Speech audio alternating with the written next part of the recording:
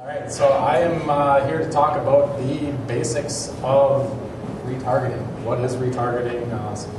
Some real high-level things about it. I have to admit right up front, I'm actually not the biggest fan of retargeting in the world. I'm a search guy at heart, so I think you'll definitely see a few points in here where I point out a few things about retargeting that can make it a little bit challenging sometimes, but it is definitely a viable strategy that a lot of my clients do actually use. So a little bit of background on me. I've been in the interactive space for 12, 13 years now. I've done pretty much every type of marketing you can imagine: online, lead gen, SEO, PPC, affiliate, email, anything that I'm forgetting. Today I work full-time at a company called Project Cap, which is in the insurance space. You can imagine how intense that is trying to do SEO for an insurance company that is not spending $1 billion a year in advertising. And then I also have my own firm called Action Interactive, which has just started in the last few months as an agency. So that's my background. Jumping right into what retargeting is. So went for the definition from Wikipedia, which is always right. But basically, retargeting is a form of online advertising by which ads are targeted to users based on their previous actions in situations where these actions did not result in a sale or conversion. That last part is an ideal scenario. I think you'll definitely find a lot of people doing retargeting right now where that's not the case, so that's something that will come back up throughout as well. So different types of retargeting. From a high level, kind of breaks down into on-site versus off-site. So you can retarget somebody based on something that they have actually done on your site, or you can do it based on stuff that they've done on other sites like Google or pretty much any site, actually. So there's, depending on how you want to look at it, there's 6 or 7 or 8 kind of types of search market, or retargeting. The 6 types, so this is a Search Engine Watch article that I found today that kind of breaks it down into these 6. So search, they actually have listed first. I don't think search was the first one. I think site retargeting was probably the first one to really make it big. But search, site, SEM, and SEO, so that is retargeting to somebody who came to your site through a search channel, so you have the information about what keywords drove them to your site. Email, retargeting people based on whether or not they've opened your email or clicked through on your email. Contextual, which is kind of the one that a lot of people like to hear about and think is pretty cool, is basically retargeting somebody based on other sites that they have been to that may be related to your site. Not the easiest thing in the world to pull off all the time, because obviously you don't have access to a lot of other sites usually. But through some of the advertising networks, you can actually get onto other categories that may be similar. So if you are a hotel site, you can do some retargeting based on people who have been to airline sites, things like that indicate that somebody's going to be targeted, and then do some geo-targeting and some things like that. And then engagement is the last one. So the 7. So Chango, I'm not exactly sure how they pronounce that. That is a retargeting company. They put out this really cool infographic. I seem to remember seeing this quite a bit lately, so I think it got shared quite a bit when they did bring it out. They basically have the exact same 6 different ones, and then they add social to the mix as well. And then if you really look at this close, I could break this down into 8, because search, which is at the top, they break that down into search on the web, so Google versus search on your site. Those seem like pretty distinct things to me, so I wouldn't necessarily lump those 2 in as one.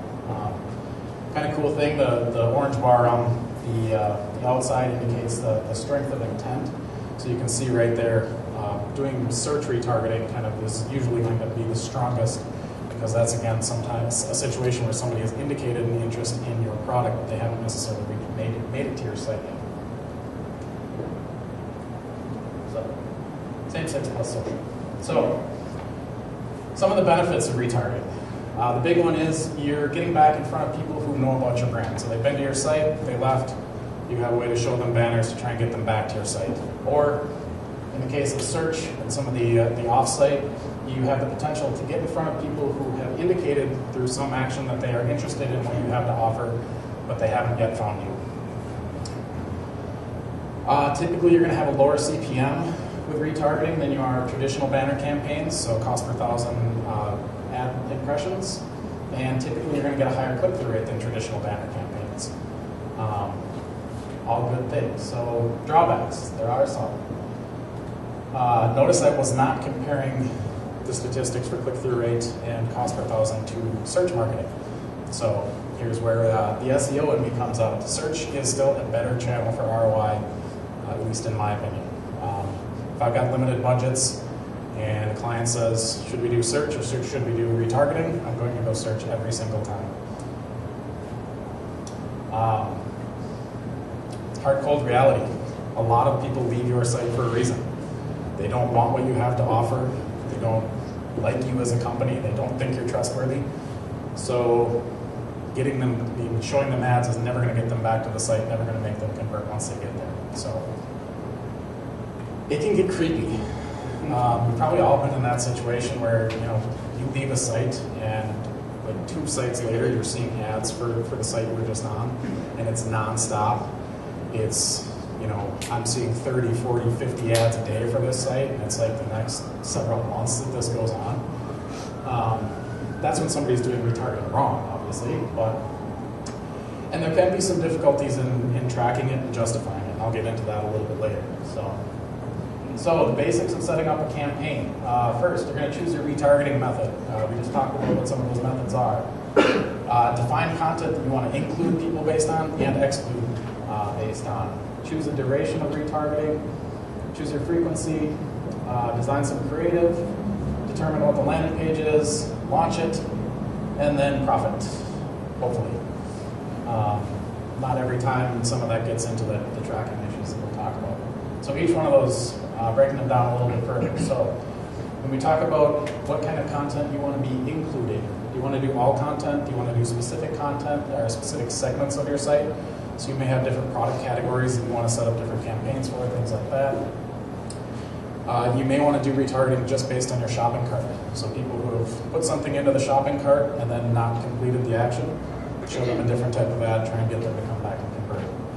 Homepage versus internal pages. If somebody just visits your homepage and bails, they're not that engaged, you might either not want to retarget to those people, or you may use a different message to those people. Exclusion. So these are people we want to actively not target, usually. Lead confirmation or an order confirmation page. They've already done what you want them to on your site. Most of the time, you're not going to go back and try and get in front of them again unless you've got a specific campaign objective for them. And sometimes there's some specific content on the site that you just want to basically block people from seeing their ads once they've seen that. I don't have a great example of that off the top of my head. But it could be that you know there's some pages in your site that if they reach that page, they're not very likely to convert, or they've got something else going on. You may not want to include those people in your campaign buckets. So duration, how long should you retarget somebody for? You may not actually want to do it immediately. Like I said, you've probably all been in the situation where you visit a site and immediately you start to see banners for that. It can be good to let things kind of chill out for half an hour, 45 minutes. A couple days doesn't hurt sometimes.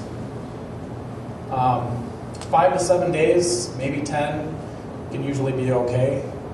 Usually, you start to get into a few weeks, it starts to be a little bit annoying when you see that company over and over again. And a few months, that's when you get creepy. So I've actually got a prospect right now that I was talking to them in January, and I'm still seeing their ads show up usually a couple times a day. And it's funny because it's something that I'm not all the target market for. So frequency, how often do you want to show somebody an ad?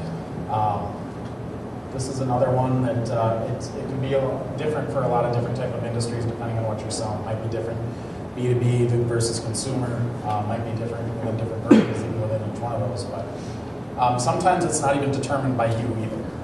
If you're doing retargeting based on a cost per acquisition model, or sometimes even on cost per click model, that may be determined by the channel partner that you're working with. You can usually have some influence in that and say, hey, we really don't want to have our ad show up like 5 times on one page, but sometimes you have no say over it. So too much obviously gets really annoying. So that's the example. I've been on sites where, you know, here's an ad for this company, and here's another ad for the same company, and here's another ad for the same company. That really doesn't do a lot of good, plus it's actually burning their impressions a lot more quickly than they should be. Too little can mean a campaign failure at the same time, because, you know, how many ads do you actually notice during the day? So if you're not hitting somebody, you know, 5, 6, 7 times a day, there's a good chance that they're just going to miss all of your ads. So I usually shoot for anywhere from 5 to 20 times a day, depending on budgets and what it is that we're actually trying to sell. So design best practices. Originally we were going to talk a lot about design, and we kind of backed off on that. And part of the reason, aside from the fact that I don't know that much about design, I'm a search guy. So, but big thing to me, it's the same design principles you want to use on a regular banner campaign. Keep it simple, keep it concise. Don't get too wordy, don't use a bunch of explanation points. Match the creative to target and to the content. So if you have specific buckets set up for specific content on your site, match the creative to that as best you can. Use offers to entice that conversion. That's something a lot of people do, is if somebody left, you'll give them a 10% discount to come back and finish up. And dynamic ads. Not every retargeting company can do this, but this can be really effective. So if somebody came in and looked at 3 products on your site, they can dynamically build an ad to show the person that has those 3 products in the ad, or that last product that they were on. More likely to get a click when somebody sees that exact product that they were looking at. Landing page. Obviously you want to drive a person to the best page that's going to encourage that next action. It might be back to the exact product that they left on, might be onto the next logical product in the conversion process. So if you know that your average customer used 3 white papers before they convert, and they've looked at 1, show them an ad, drive them to the second one. If you know they've seen 2, drive them to the third one. You could do landing pages specific to to drive people specifically to the desired action, meaning the same as a paid search landing page, where it's not necessarily a part of the site. It's got some stripped down information, some bullet points, get people in, get them to exactly what you want to do. Choosing retargeting partner. Some of the things to consider, and this is something I've gone through a few times actually in the last 6 months, is sitting down and analyzing some of the potential partners out there and figuring out exactly who's going to be the best fit. So the payment model, cost per 1,000 impressions, or CPM, is kind of the standard, I think. Some companies will go cost per click. There's at least one company out there I know that does cost per acquisition. If you've got enough traffic and a high enough conversion rate, then your average price is high enough. So retargeting types. So a lot of the companies have specific types, whether it's search, whether it's site, whether it's social. The really fun thing is they all like to call it something different so that they're unique. So trying to compare that sometimes is a nightmare. I tried to make a spreadsheet once doing it, and it was ugly. So self-service versus full service. Most of these companies are going to have some level of service where you basically hand over the creative, tell them where to land people. They're going to help you with the setup. There are a couple that are self-service where you can create your own campaign. One of the big ones was AdBright. They just went out of business, so I think there's some reasons other than the fact that they were a self-service model for that, but I think it was AdBright that went out of business, wasn't it? Anyone else suffer through using AdBright? Okay. I just ran a test campaign about a year and a half ago, and clearly it didn't work very well. So the networks that they're on. So this is where they can actually go out and put ads. Google is one place that you can do retargeting through. They have the Google network. That's really all they do. But there's other networks like AppNexus and a whole list of a bunch of them. Obviously, you want to be on more networks than just a single one a lot of times, because that means you're going to have more websites you can get your ads on, more flexibility, more categories you can advertise in, things like that. Dynamic ad capabilities. Not every retargeting company can actually handle the concept of keeping track of where somebody was on your site and then displaying an ad dynamically based on that. Rich media, flash ads, video ads, things like that. Again, not all of the retargeting companies can handle that. And then that strategic planning and support. So are they there to help you when you have questions? will they just execute everything for you? So I've got one client right now where we're working with a particular partner where I just send stuff over to them and they take care of the client. Which makes my life a lot easier. So who are some of the people that we can go to? There's Google, Share This, which is kind of a social tool. Add This, I can't even keep up with this screen. And the really scary thing is that I probably didn't even really make a dent in this. So there's a lot of options. So Action Interactive is not one of them. So.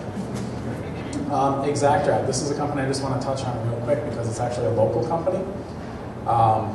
They are a local company. They have full service and they have self-service. They're on all of the big ad networks. I used to do some work with these guys. They're pretty good guys. The self-service model is something new for them.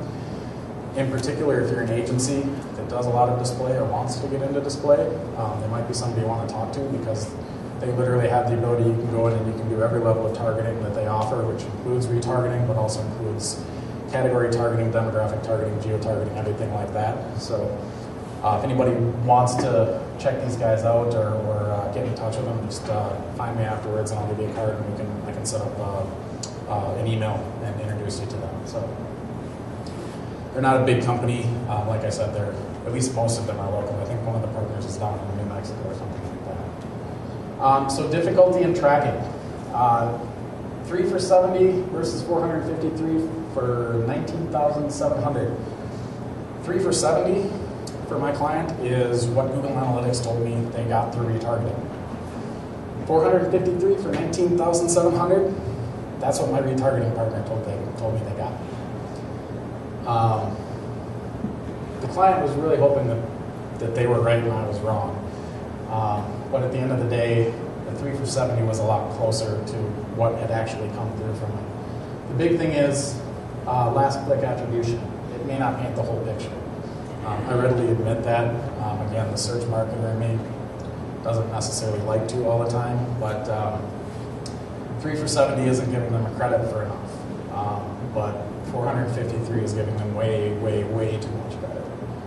So you also do have to look at the post-click conversions, which in this case there were 11 post-click conversions, so that means somebody saw an ad, they clicked on it, they didn't convert, but then they did come back to the site and convert later. And then the post-impression conversions, which means they saw an ad, they didn't click on it, they came to the site, and then they bought something.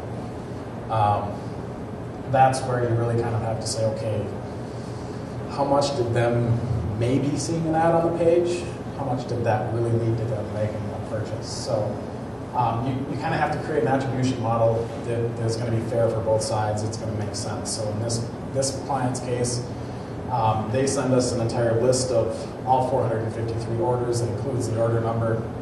We can pull our orders out of Google Analytics, figure out which ones came from which channels, how close to the impression that they last saw was the order, and if it was within, I'd have to go back and look exactly what the model is, but I think if it's within 24 hours of their last impression, we're willing to give them a certain amount of credit for that sale. So it's not perfect, obviously, but it's the best we can do right now for that channel. So some easy ways to screw up retargeting. Not excluding some people, and I think we've talked about most of these a little bit, but if you don't exclude people once they've taken that final action, you're going to cause some confusion, you're going to irritate some people. I've got a guy in the office that was telling me he went on a site, he bought something, it was the kind of purchase that you make once in your lifetime, left the site, and immediately started seeing ads trying to get him back to buy it again. Didn't make a lot of sense. Now there are times when you might want to retarget that person, but it's going to be more about cross-selling, upselling, what else, making them feel better about the purchase, training them on how to use it, stuff like that. So targeting for too long, you don't want to bother people, especially after, like we said, after a couple of weeks. Are they really going to click on your ads finally? Are they really going to have that revelation? Too high of a frequency, terrible creative. And then attributing too many or too few conversions. It's either going to make the campaign look like it's driving a huge ROI when it's really not, or it's going to look like such a low ROI that you cancel it and you might be actually missing out on a few sales. So, sneaky but basic retargeting tricks. Run multiple campaigns using different targets. So set up a different target campaign for the homepage versus those internal people, or the people in the cart versus people who haven't yet reached the cart. As long as you're making sure not to have people fall into multiples of those categories, that can work pretty well. Do target customers with upsell or cross-sell opportunities. So if they came onto the site and they bought this product, this is a companion product. After a couple of days, show them an ad and say, hey, don't come out and hit them over the head with it, but say, hey, you got this, now you might need this. So, you can even use unique landing pages to help with that segmentation. So within your shopping cart, build different confirmation pages basically to help drive them into a bucket to say, okay, this product gets this ad, this product gets this ad. And delay those campaigns sometimes. So don't show it to them right away. If they just drop $250 at your store, the last thing you probably want to do is show them an ad 5 minutes later asking them to come back and drop another $250. An interesting one that I've seen a couple times now, drive users to your social channels to sign up for special offers. So drive to your Facebook page, drive them to follow you on Twitter, and then use that to engage with them and give them special offers or just make them know more about the brand. And then retarget off of partner sites. So if your company has multiple sites in your network, set up pixels across those networks and cross-market to people from some of your different sites, assuming that they're actually related. That's kind of like the contextual retargeting that you can do with some of the agencies where you can buy into some different categories of sites that you have no control over. But with this, you can actually get obviously a lot deeper because you can control where those pixels are and where in those sites you want to target people off of. So that's what I've got for the basics. I think we usually do some questions later on as well, but if anybody has any real quick. Tony, technical question. Oh. Okay. You click on an email, how can you really retarget from an email? I understand that technically you have to visit a website with a targeting code on.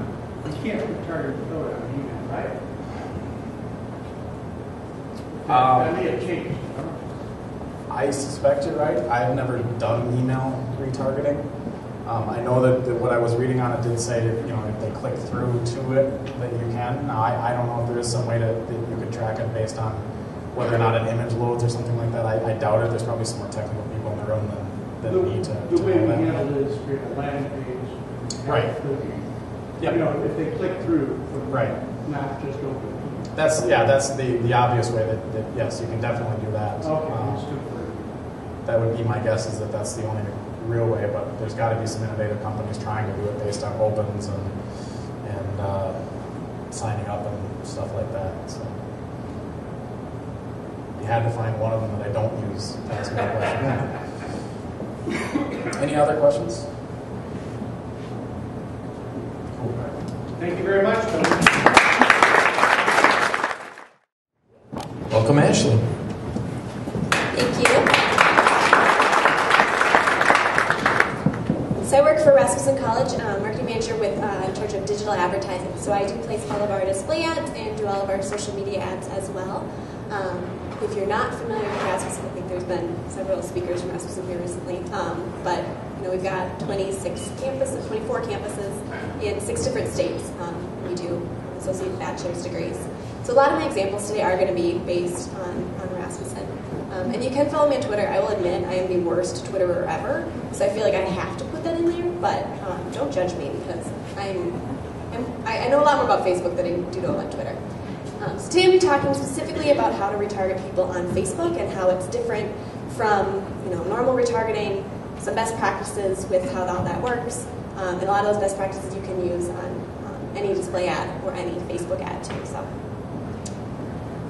first off is why Facebook. If you're familiar with Facebook, which I really hope that you are, you'll know that the ads on Facebook are a lot different from a normal display ad. So you can't just take your JPEG or Flash ad and plug them in. You actually have to spend time creating brand new ads, different creative, in a different format, which is going to take more time and effort than a normal display campaign. So why should you do that? As of last October, over 1 billion active users are on Facebook each month, and it continues to grow. And those people are spending 7 or more hours a month on average on Facebook. So if you're not advertising on Facebook, you're really missing out on a large chunk of time that users are spending on the web. If you have businesses across the world, 80% are outside of North America. And within the US, a little over half the population is on Facebook. They tend to be a little bit skewed female, but fairly even split. And it's a really broad audience. So it's 62% are between 18 and 44, and I would say that's aging. And probably not fully accurate since you're not supposed to be on Facebook earlier than, 13? But I think we all know people who are. So I would say it's probably even, you can really reach pretty much anybody via Facebook. There are different types of advertising on Facebook. I just want to touch on that first. In order, you can reach anybody on Facebook, regardless of whether or not they've ever heard of you, through all of the Facebook ads. And then you can reach your fans and your friends of fans through both ads and the sponsored stories. The ads are on the right-hand side, and then sponsored stories are either on the right-hand side or in the middle in the news feed, and it's based on an action that a fan or a friend took on your page, and it shows either to other people who like your page or their friends. And then in order to get to your web visitors, you have to do that through the retargeting efforts. There's really 2 ways to do Facebook retargeting. There's the custom audiences and then the Facebook exchange. So the custom audience side is, I'd say, a little bit less plug and play than the exchange, but you can actually get your offline audience. You can take people who are in your database based on their phone number, their email, their Facebook ID if you have it. You can upload it to Facebook. They'll match it back to who's in the platform, and then you can retarget off of that. It's pretty cool, especially if you do have a large database. I would say it's a little bit more maintenance to it. Like I said, a little bit less plug and play. What I'm going to focus on today is the exchange. It's a little more basic, a little more, it's just retargeting on people who've been to your website, which for search that's more relevant. And it's using your basic pixels retargeting pixels that you're already setting up for any other retargeting campaign. So how does the exchange work? So I'm sure we'll get into more on this on the advanced segment, but they come to your website, people click around, they don't convert, you drop a code on them, pixel or a cookie, and with that cookie, you know when they've hit Facebook, and you can send them an ad for your product or service. Facebook ads, as I mentioned, are different. Probably very familiar with them. You probably see them every day when you're on Facebook. Those who are in paid search side, this is going to feel really familiar, and in many cases you can repurpose, just some minor tweaks, your current paid search ads. The headline on Facebook is 25 characters. You get 90 characters for the body, and it all kind of flows into one kind of block of paragraph. It's not 2 lines like on search. And then you've got a very, very, very small image. So you have 100 pixels by 72 pixels. And that's probably the most important part of the ad, and you don't get, and they've actually shrunk it recently, so you don't get very much space there. There's a URL in there too, that's set by Facebook, so you can control that element. I'm going to touch on some of the best practices of Facebook advertising, and the key elements I would say are to be testing, to really focus on the creative itself, and to be really relevant, and you can do a lot of that through how you're setting up your campaigns and bucketing out all the pixels that you set. So the first thing is testing. On Facebook, banner fatigue happens really, really quickly, so it's important to have a lot of variations, and it's important to refresh them often. One of the easiest ways is to focus on the headlines and the imagery. Those are what pull people's eyes in first, and if they don't see the headline and the imagery and catch their attention, they're not going to read the body copy, and they're just going to leave. And definitely, don't forget the call to action. You need one at the very least, but that would be most likely within the body copy. When I'm setting up campaigns, I usually try to go for 6 to 12 variations. If you have more time to manage it, definitely try to go for more. But I'd say at minimum, when you're setting up a new campaign, try to think of 2 headlines and 2 images, and then you've got at least 4 ads. But testing and constantly refreshing creative is really important if you're going to get into this. I look at our ads at least once a week and usually update depending on how they're performing and try to make sure I've got new ads coming in. This is how I typically set up a campaign. So here's an example of a new campaign we just started a month and a half ago. I had 2 different headlines. I tested, I think I had 4 images total, and I actually had 2 body copy. like I tested in there. So I had quite a few variations to launch. I think today I'm at 25 variations, and it's a month and a half later. Based on what I saw in that initial campaign, this is what I have currently running. So you can see I've had a couple different headlines there. One was a little more touchy-feely with Become a Leader. The other one was a little more cut and dry. It's an accelerated bachelor's. Become a leader because people in education or want to be teachers are more touchy-feely. That seems to have won. And then I'm continuing to test different body copy and continuing to test new images as well. So it keeps it fresh, and especially having new images in there keeps them from blocking it out if they see it often. As I mentioned, that ad space that you get for the image is really, really small, so it's important to make the most of it. So a couple of best practices I found, first of all, is cutting out the clutter of the outside of the picture. So in many cases, when you're doing an ad, white space is typically good. But when you have such little space, you really have to cut out anything that isn't really, really relevant. And honestly, if I were to pick and choose exactly what I wanted in that picture, I would take out the two people in the background too, because they're really just going to distract from the lovely nursing student that I want them to see. And the other one is to consider color. So Facebook, there's a lot of white, a lot of black, a lot of blue. If you can bring out a pop of color, it's more likely to draw the eye away from that. And a lot of times with display, you don't always know what website your ads are going to go on, especially with retargeting. So you can't necessarily do that with a traditional display ad. But Facebook, you really know what that background is going to be like. I find that oranges, greens, reds, those are all different, and so they're more likely to get people's attention, which is really the first goal of the ad. Definitely want to consider the layout of the Facebook ads. On Facebook, we all know they're on the right-hand side. You're trying to draw their eye away from the left-hand side, which is their newsfeed, and you want to drive them towards the right-hand side, which is the body copy. So anytime you can get somebody facing or looking at that section is usually going to up your click-through rates. Even simply going to Photoshop, doing a horizontal flip is an easy tactic. And then, because it's retargeting, if you can pull in the same image as you have on the page that you know they've been to, they're going to see that and connect it and remember the visit that they had, and then they're more likely to come back into the scent of the whole campaign. And you can't normally do that with Facebook ads, but retargeting is an easy win with that one. And then being more relevant with the ads. Anytime, this works for any retargeting, if you can get into the dynamic stuff, that's another way to be really relevant. But when you're setting up your pixels, be really planful about it. You do want to set up and consider the different business lines you have. For us, we've got different campuses and we have different programs, so it makes sense. I want to talk to a nursing student differently than I would talk to a business student. So if you set up your code ahead of time, you can do that really easily, and you can get really focused and relevant with your creative. So we typically try to pull in locations and programs, in your case, different product lines, different services, and speak to them accordingly. Takes a little more time, but you'll get a much better return on your results.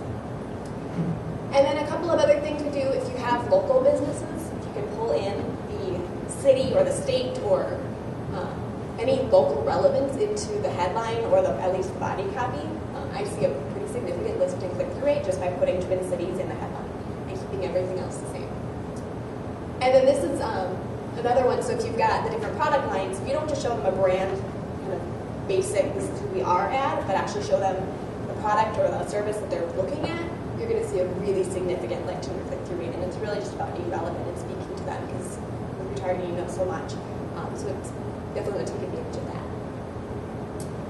And then finally, your business doesn't exist in a vacuum, and so you shouldn't either. So consider not only what's going on with where they read on your site, but what's happening out in the world. So seasonality, what's happening in current events, any social trends. I think kind of one example of this was when Oreo tweeted, "You can dip in the dark and the power went out in the Super Bowl." You can do similar things with your Facebook ads, especially since you can go in here and update these yourselves. You don't have to rely on somebody with Adobe Photoshop and Illustrator experience or Flash developer. So we actually put in New Year's messaging into our ads starting the day after Christmas. Took the top performing creative in each of my campaigns. All I did was I flipped out and added 2 new headlines: resolution to keep and a new year to you. I thought maybe I can get like a 3-week lift out of this because people go back to school around New Year's, they're motivated. Maybe I'll get a little boost out of doing that. I actually saw a 32% lift in click-through rate, and I finally had to pause this campaign 2 weeks ago because it was March, and I couldn't sleep at night thinking that I had New Year's messaging in the market. But just be relevant and try to think outside the box of what else you can speak to that's happening in the world, and it'll make your creative a little more fresh as well. So I think that's it. If you have any questions, otherwise I can answer some later as well. Thank you. So like it says, I'm an Associate Media Director at Forward. I'm also part of I-612, and before that, for years, I was at Carmichael Lynch. The one tricky thing about this, I do need the clicker though. Right on the seat there. Sorry. Right on the seat. So the 3 speakers, we didn't speak beforehand, so I didn't know exactly what they thought basic meant, and I wasn't sure what everything was, so there's a little bit of redundancy here. But this is a little too long anyway, and we're running late, so we can speed through some of that. This is what we're going to talk about, sort of how to think about it, then why you would do it. Some of that's been covered, but I'll just show you a few stats that you may not know. Also, what are the basics? That was definitely covered early, and that's only one slide. And then 4 advanced tactics, one of them, which I'll spoil, is Facebook, so Ashley covered that pretty good. And then, so DSP and DMP versus hiring a vendor. That's something you should probably think about, and I'll talk a little bit about that. It's a big topic, so I'll go very shallow into that. And then last things, just a couple things to remember. So, how to think about, the clicker doesn't work. Is there a trick? Oh, there we go. So a way to think about retargeting is kind of 2 ways. One with your customer in mind and one with data in mind. Now you guys are all search people. I'll admit my background is in display. So I tend to think of more of the person and colorful and images, whereas you guys are definitely on the data side. But you do want to add value to your customer, right? Just because they were at your site, you don't want to just bombard them with banners for no real reason. I mean, are you reminding them of something? Are you giving them a discount? Or what's the reason to bring them back to your site? So think of that as you're kind of thinking about retargeting. And then, of course, data is the side that you guys know.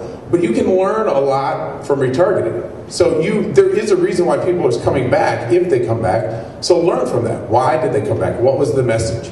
What was the discount? So those are 2 ways to think about retargeting as you're starting to do it. Here's some basic facts. As you guys know, 90 to 95% of everyone on your site does not convert. That's a lot. So you want to get them back. Also, so 70% of people who was retargeted to, are more likely to come back and convert, and they're more likely to spend. So those are 2 really compelling reasons to hit them with ads again and get your brand in front of them, get them to come back and remember you. So it pretty much is a no-brainer. Although I do agree, search is the first thing you should do, and it is the most effective thing to do, but this is the number 2, after search. This is the basic, this was covered. They come to your site, you give them a cookie, you hit them elsewhere. It's very simple. But can we do more? So that's kind of what I'm here to do, and yes, you can. So I'm going to talk about sequential, search, social, and dynamic. Search and social were already kind of touched on, so we will kind of skip through those a little bit.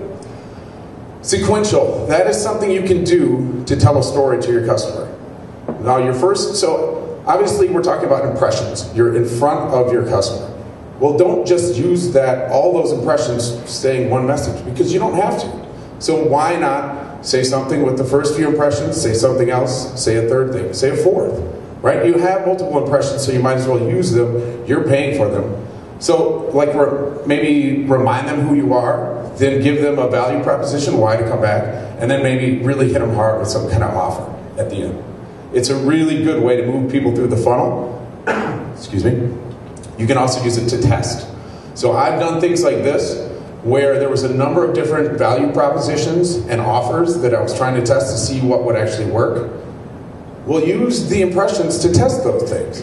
Right now, you do want to be careful. You don't want to always have the same order, because then your data can be skewed, right? So you want to change up the order to make sure you're getting a good neutral test. But Since you have these, why not test a couple different value propositions, a couple different price points, maybe different offers. Sometimes 40% off works better than 50% off. I don't know why, but it does. And you guys at search, you know that. You guys do that in search ads all the time. Use impressions in the same way. Search retargeting, this was covered, but if someone wants to buy all the things, then you definitely want to be in front of them, right? So how it works is, if I want to buy checks, and I don't go to the site, it's funny because somebody here works at that company, but they go to some other site. So the difference here is this is the third-party cookie. This is not you who's placing that cookie. That is the one difference. So you're going to have to buy that cookie from somebody else. But then you can retarget them, bring it back to your site, and sell it. So that is a big difference between what I showed in the beginning, which is you're laying the cookie, hitting them. This way, you're buying that cookie from someone else. It's called data. It's called third-party data. Whatever it is, somebody else placed that, so you have to buy it from them. They'll usually bake it into the CPM, but still, essentially, you're just buying that. Why would you do that? Well, site retargeting, by definition, is only people who've been to your site, right? I mean, that's the definition. So you can't increase your pool. Search retargeting, you can. That would be the number one reason to do this. You're increasing the number of people in your pool. So that would be the main, and that is the main reason. But it doesn't work as good as site. So that's just something to remember.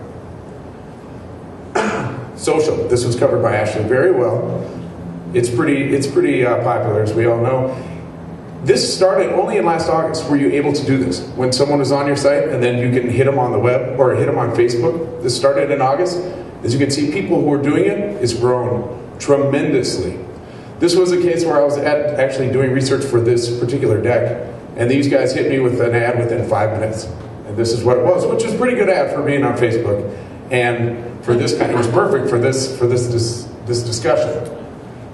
Now, there's still a ton of opportunity. Most people on Facebook or marketing on it are not doing this.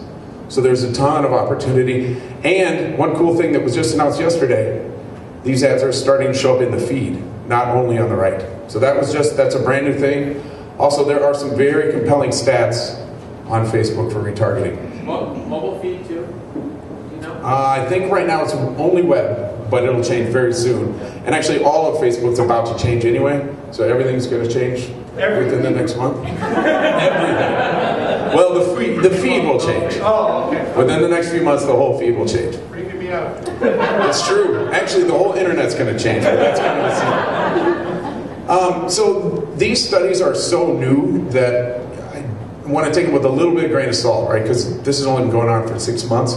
But the early results are really, really good. Because you can personalize it so much, like Ashley showed, and you can do so many different things. You can test so many variables.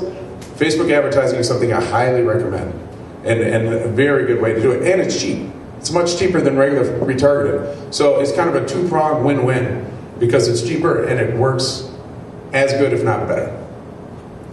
Dynamic. This was touched on by a couple people. This is a very, very, especially if you're retail or you're selling multiple products, this is something you really should be doing. In this case, I went to Nordstrom's to look at something that for sure I wouldn't get hit by chance. This is a $1,300 pair of shoes with flowers on them. Within a couple hours, I had that pair of shoes in front of me. I mean, that's obviously not by chance. But if somebody's interested in that, then they're like, wow, you know, I really do like those $1,300 pair of shoes. I'm going to go back. They work really, really well. Up to 6 times better than regular ones. I mean, if you have a site that can do this and you have products that this makes sense for, this is what you should be doing. Absolutely no doubt about it. In this deck, I don't really get into the hows, so the sort of getting into the, okay, how do you set this up? It's basically setting up a dynamic pixel usually, and then that's talking to the banners. And I can certainly set you guys up after. I can talk to you about how you do that, or who to talk to about doing it. But this is again a no-brainer. If it makes sense for your site, you should be doing this. So a DSP, I don't know if you guys know what a demand-side platform is. This is basically the self-serve model, and a DMP is a data management platform. This is a huge topic, and probably you could do a whole one of these on this topic. But here's kind of the pros and cons of both, because there are pros and cons of both. If you're hiring a vendor, basically you're giving them money and saying, do my retargeting. Tell me what my ROI is, but that's kind of it. If you're doing a ESP, you're doing it all yourself. The advantage there is it's much cheaper because there's no margin. There's no markup at all. You're buying directly on the open exchange. You're paying what that impression is worth. Because basically you're paying for the cookie, right? That's what it is. You know that cookie goes by, they were on your site, you want to hit that person, so that impression with that cookie, that's what you're paying for. An outside vendor, it's the same cookie, they're just adding the margin, right? So that's the big difference if you want to really break it down. You also have a lot more control over what you're doing here because you're the one buying, so you can say where you want to appear, how many times. I mean, there are some, you can tell your vendor, I want to set a frequency cap of 10. I only want to be seen twice a day. But this one, you're controlling all yourself. So it's kind of like if you paid a search agency or you're doing it in-house, right? It's kind of a way to think about it. That way is way easier though. It really is, and sometimes that's worth it. If you don't have time, this one you have to, it's a lot like a search campaign. You have to get in there, you have to watch it every day, you have to adjust. It takes a lot more work. So just some things to think about if you're trying to decide. There's a lot of people in this space, and they can all do different things. I didn't want to really get into who's better, who's why, because it's kind of opinion. But there's a couple links for you if you want. Later you can definitely go and check them out. So that was a lot of stuff. I'll do a quick recap. So think about it in terms of customer and data. Think about sequential as a way to test. That's a great way to test because you can test offers, value propositions. It's also a way to move people down the funnel. Search retargeting is a way to increase your pool because, like I said, by definition, site retargeting is only people who've already been there. You can't increase that number unless you go outside of there. Social is new, and it's a very effective method. It's cheaper. Early results are great. I would advise trying it, at least trying it, because it's so cheap. And then dynamic ads, if it makes sense for your company, for sure do it. Now it does cost a little more, so I will say that because you have to pay a little extra for serving. There's setup, there's some extra cost there, but it's definitely worth it. And then I do have one more slide that has a lot of takeaways, but I'm not going to go through them all. But this one is just a huge slide with a lot of stuff. So this is definitely for your takeaway, and this is kind of best practices and things to think about that I didn't cover. Like at the top, privacy. Privacy is a huge issue. You don't want to just, because you're retargeting people, so you're following them around. You have to give them an out. You have to let them, if they don't want to be retargeted, you have to let them out. You also have to let your legal team know. They have to think about it. What if somebody sues you because they think they're getting retargeted too much? So these are all different things. I'm certainly not going to go through them all, but they're all good things to think about and things to, if you want to get into this world, I highly advise you, and certainly you can talk to me afterwards to think about almost every one of these. You always want to A/B test. You plan for somebody to break it. Plan for people to bitch about it. So they will tweet at you, why are you always hitting me with these ads? Have an answer, have a response. So definitely this deck, I believe, is going to be available? Yes. Yep, slide share by Monday. Ah, perfect. So these are all things to keep in mind. Try to keep it brief. I think I did. I was in my 15 minutes, I believe. I think that's it. Thank you, guys. Thanks, Greg. What's the difference between tracking somebody with a pixel and tracking someone with a cookie? What are the positives and negatives? It's the same thing. Can you repeat the question? It's what's the difference between tracking someone with a pixel or tracking someone with a cookie? Typically, the way I think about it is the pixel is on your site and it's what places the cookie. So it's really the same thing. Interchangeable terms. Yeah. Cookie sounds more fun. Right. Better graphics. Your boss should have known that. So what takes the time? You said it doesn't happen overnight. So what takes time is actually building your cookie pool. If you were to just turn it on tomorrow, well, then you only have the people who visit tomorrow, right? You have to set up something that's capturing everybody that's visiting your site and building that up. Depending on how many people visit your site, it could take a while. If you have 100 visitors a day, it's going to take a long time until you reach kind of critical mass. If you have 100,000 visitors a day, then you can start doing it right away. So it does take a while to build up, definitely. I have a question. If you were a member, would you tweet a search snippets 100 tweet today? MnSearch 100. Yeah, search 100. I am a member and I did. Ooh. All right. I am not a member, so I did. I'm not a member either. See. I did tweet. Congratulations. Are there any social sites other than Facebook that's doing retargeting right now? I know there are a lot of companies that are trying to figure out how to do it on the social side. So on that slide that had all those logos, I think there was at least 3 or 4 that are specifically talking about social. But I haven't seen anything on like the Twitter side or anything like that. You can do LinkedIn ads similar to how you do Facebook Yeah. ads, but they're not retargeted. Right. Any specifics on B2B retargeting, and if there are any, is there a difference between the retargeting your customers and the retargeting your prospects? It is a good question. I actually did B2B retargeting for quite a while. In theory, it works exact same, right? Because people are coming to your site. What I would say is customers and prospects, different messages, for sure. So keep them separate because you obviously are giving them and wanting to do different things. Otherwise, the concept and the technical aspects of it is exactly the same. Yeah, you might want to do some more like time segmenting. That's the last thing I really want to do at home is see a bunch of ads related to work. Now, in my case, I mean, I'm at home looking at search sites, I'm at work looking at search sites, so I see it all the time anyways. But your average person probably wouldn't want to. And if you're doing any type of site category targeting, obviously you want to leave out the TMZs of the world and sites like that. In theory, those wouldn't be as good from a B2B perspective. In reality, they might work, but it's more that question of, do you want your CEO to be checking out TMZ and then see your ad on that site? So, Right, and brand affinity. yeah. So. A little deep on the B2B, what would you suggest ways to segment your retargeting between prospects and customers? Where you're placing the cookie behind walled garden? That's exactly right. So where you place the cookies, wherever you set up pixels, which is placing the cookies, that essentially is a separate pool. So that's a separate pool of cookies, and you can treat all, no matter how many you have, you can treat them all separately, all with different messages. Or you can lump them all together, which I wouldn't recommend.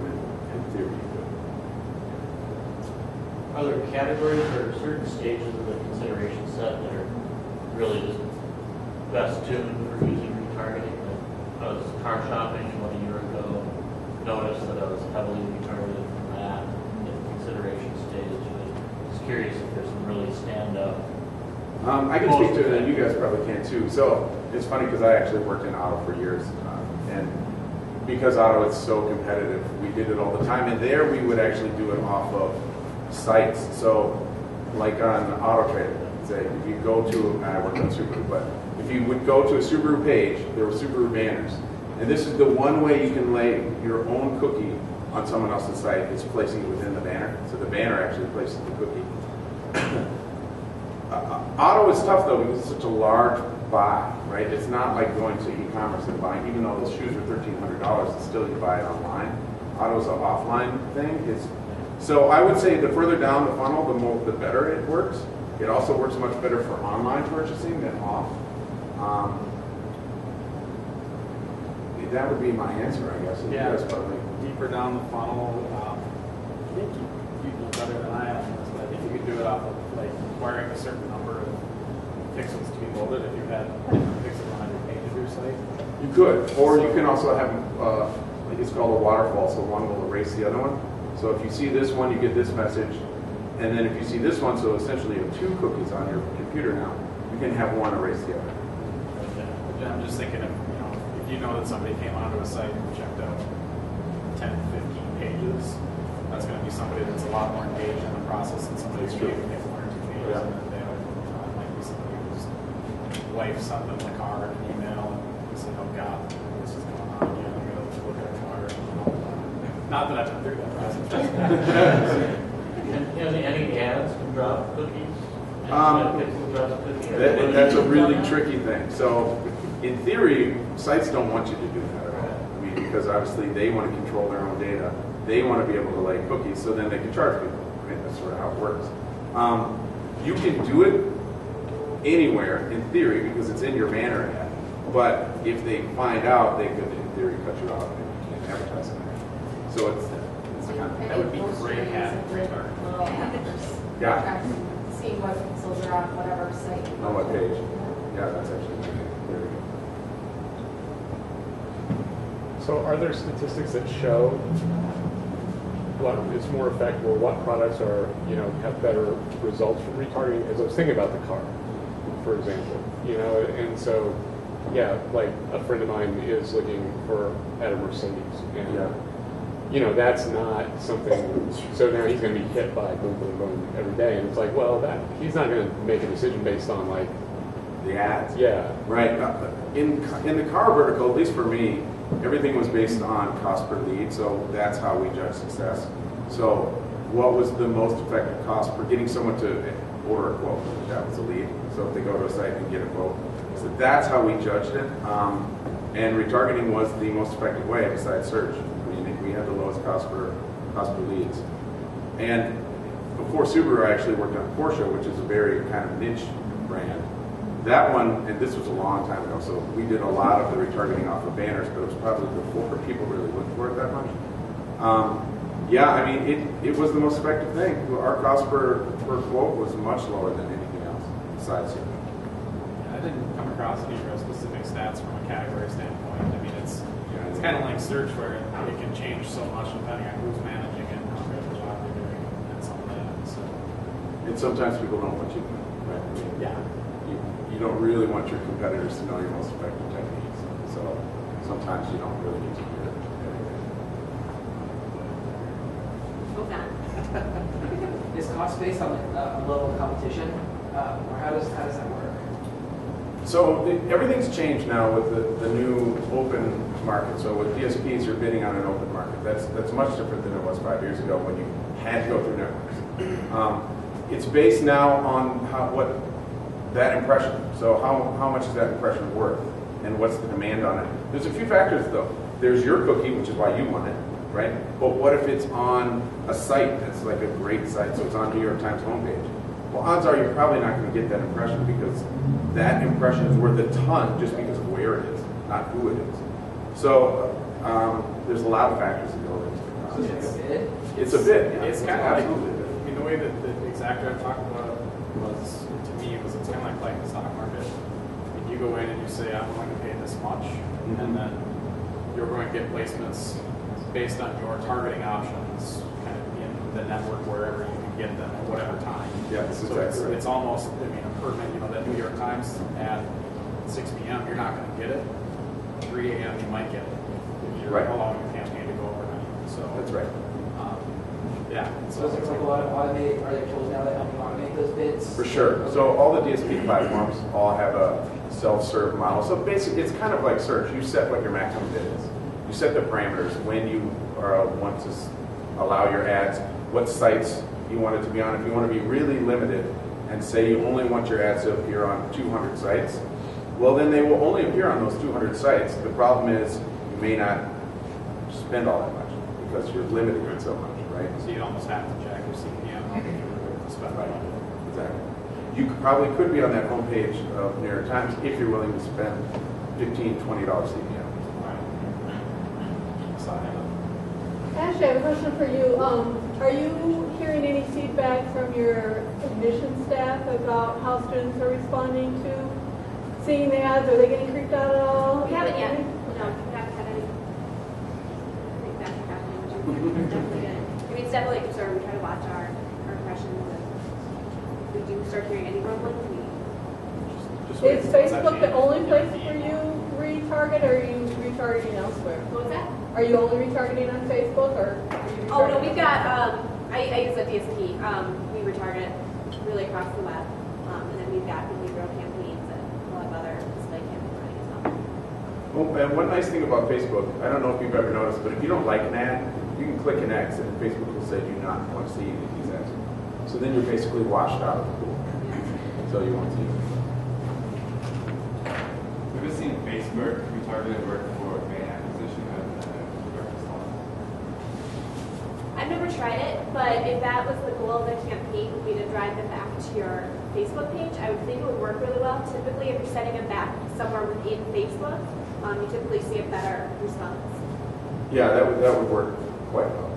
So I mean, typically for fan acquisition, you would just go through the self-serve tool, right? And you're just setting up the parameters of who you want to hit. But you could also add in a layer of retargeting on top of that. So what I'm sure would work really well.